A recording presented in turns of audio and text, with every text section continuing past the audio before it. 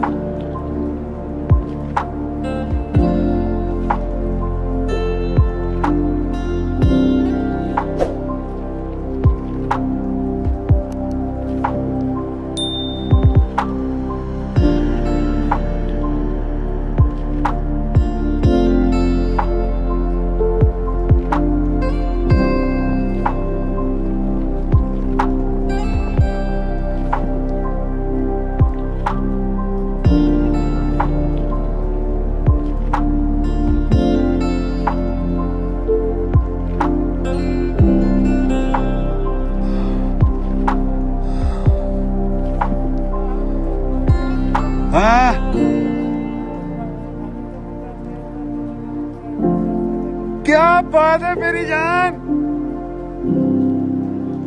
ओए